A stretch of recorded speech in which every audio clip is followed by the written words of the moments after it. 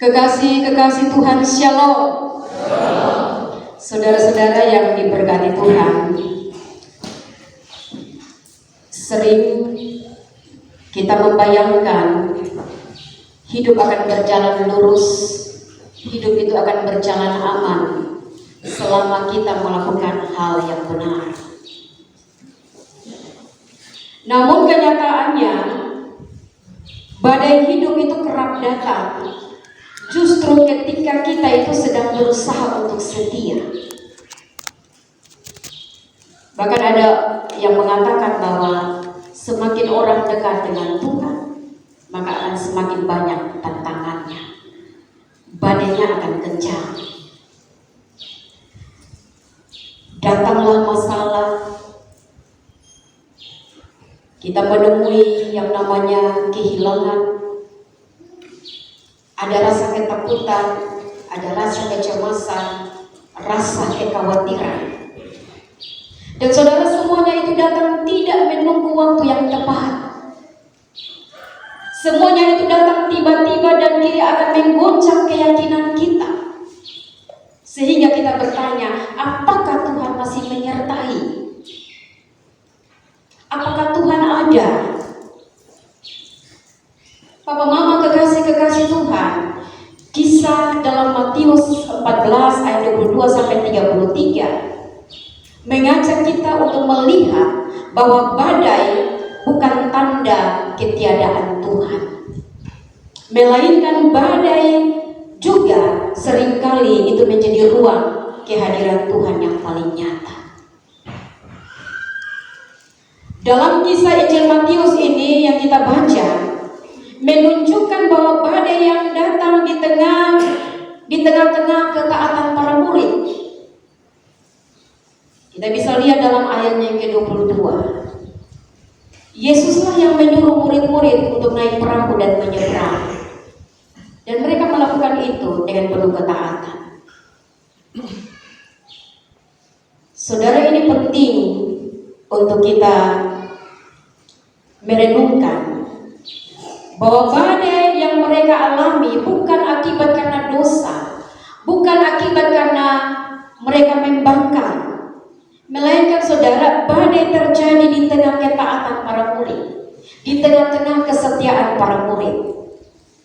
Saudara, seringkali kita memiliki pemikiran logika iman yang keliru. Kadang orang bilang begini, kalau saya taat, kalau saya setia, maka hidup seharusnya aman. Tetapi Bapak Mama, saudara yang terkasih, teks bacaan ini membongkar asumsi itu, bahwa ketaatan tidak membebaskan murid-murid dari badai, tetapi ketaatan menempatkan mereka dalam rencana Allah. Bahkan ketika rencana itu melewati angin saka. Yesus dikatakan dalam bacaan, Yesus datang pada jam 3 malam. Saudara, itu saat paling gelap, saat paling melelahkan, atau saat dimana orang tertidur lelap. Dan para murid itu sudah lelah karena mereka diombang-ambingkan dengan gelombang laut.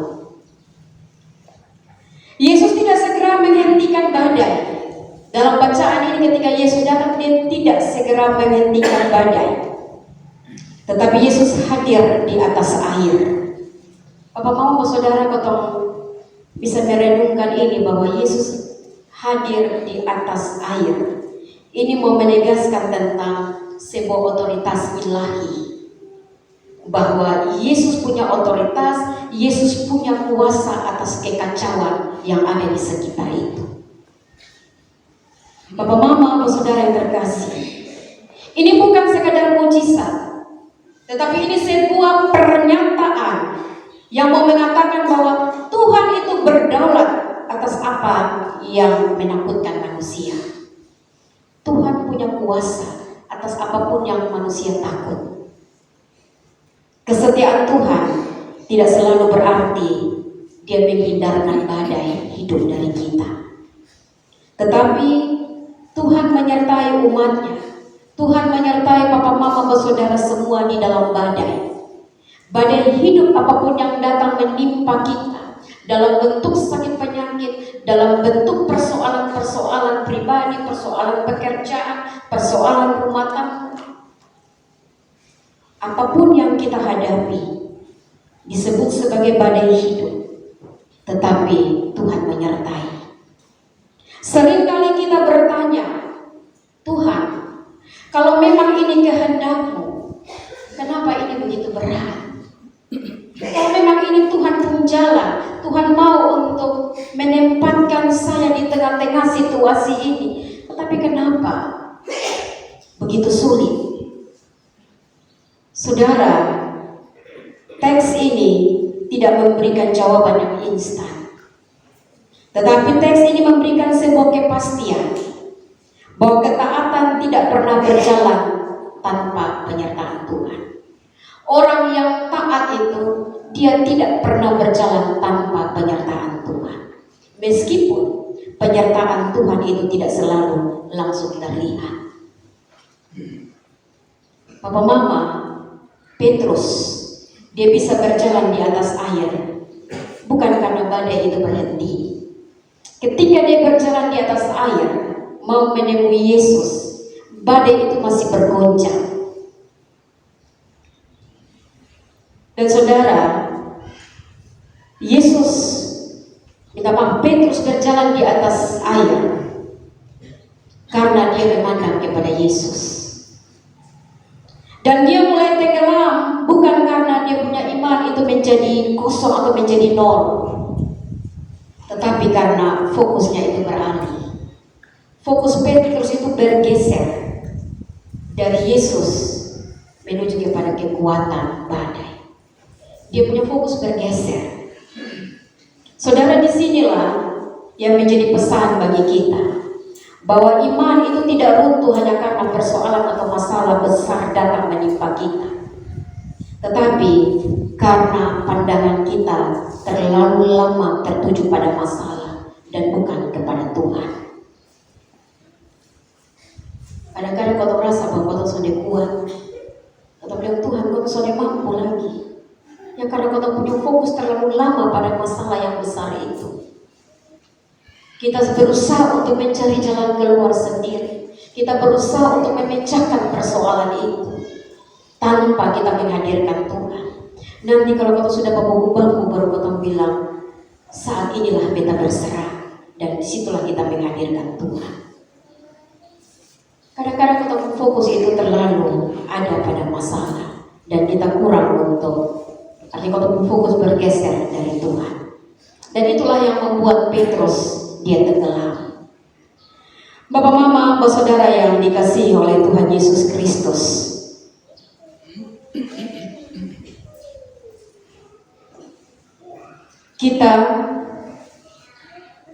kita bisa melihat dalam teks ini ketika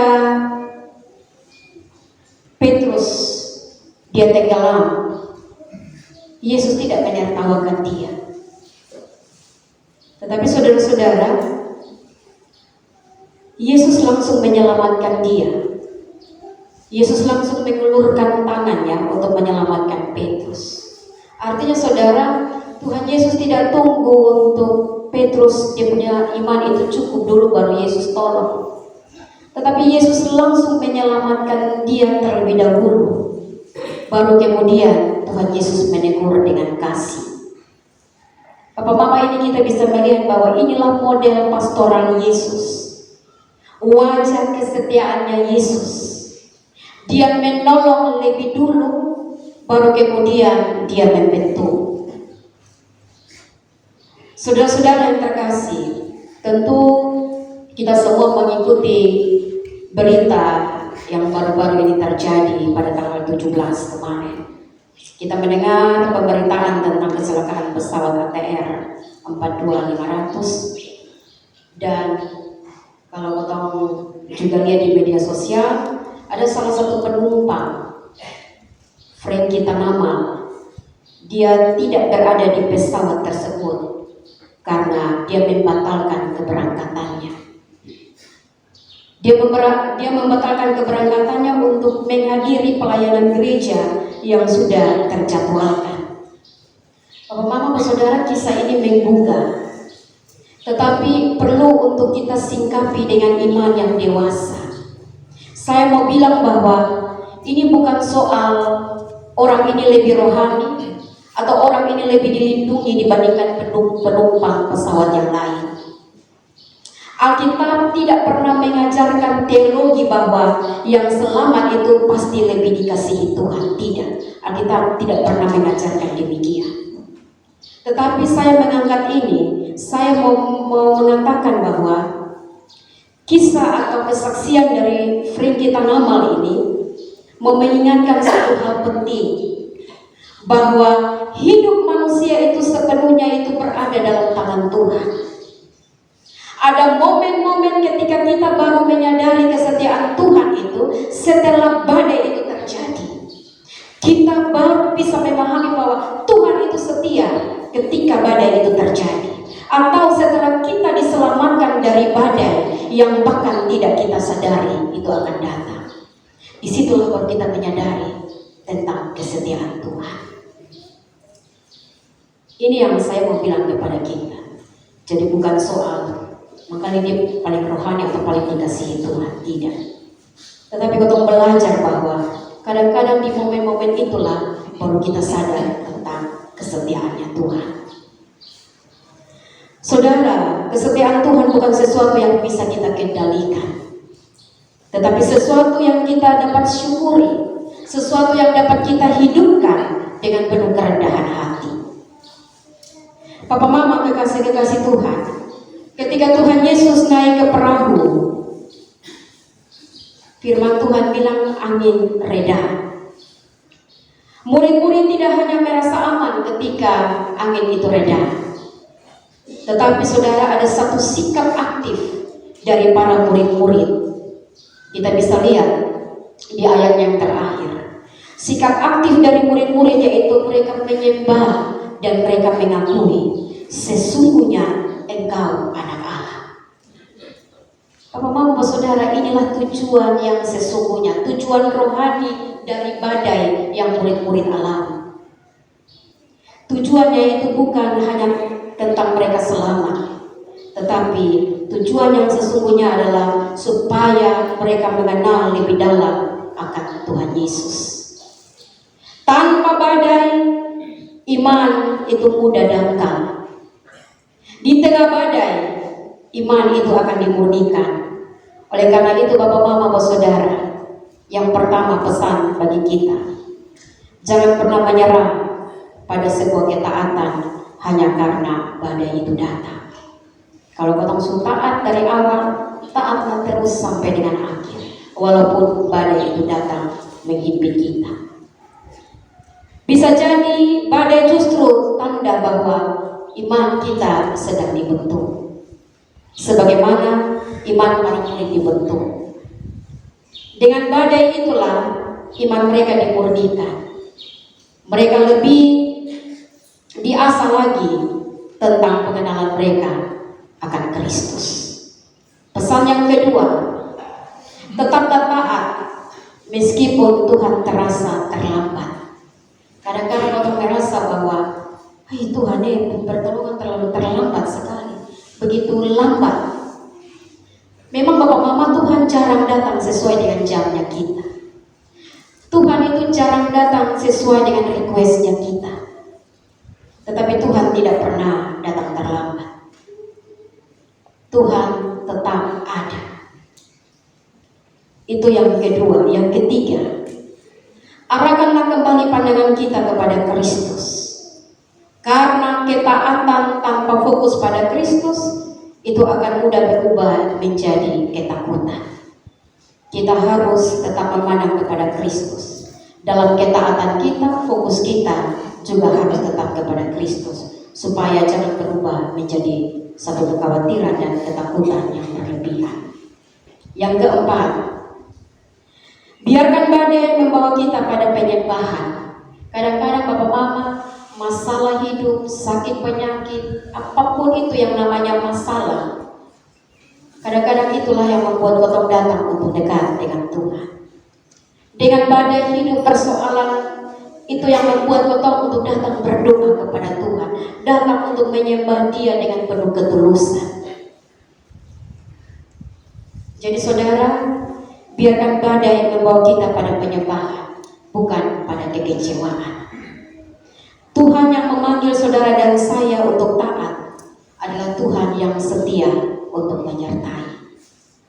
Bapak Mama saudara yang terkasih, Injil Matius 14 ini khususnya ayat 22-33 mengajarkan bahwa ketaatan tidak membebaskan kita dari badai.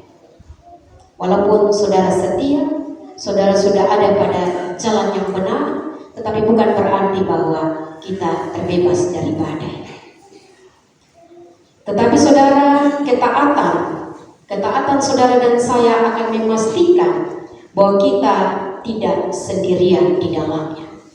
Di tengah angin sakal, Tuhan tetap setia, Tuhan tetap hadir. Jika hari ini saudara-saudara sedang diuji dalam sebuah ketaatan, jika hari ini saudara-saudara sedang berada di tengah gelombang hidup, ingatlah, badai bukan tanda Tuhan meninggalkanmu. Badai bukan akhir dari cerita.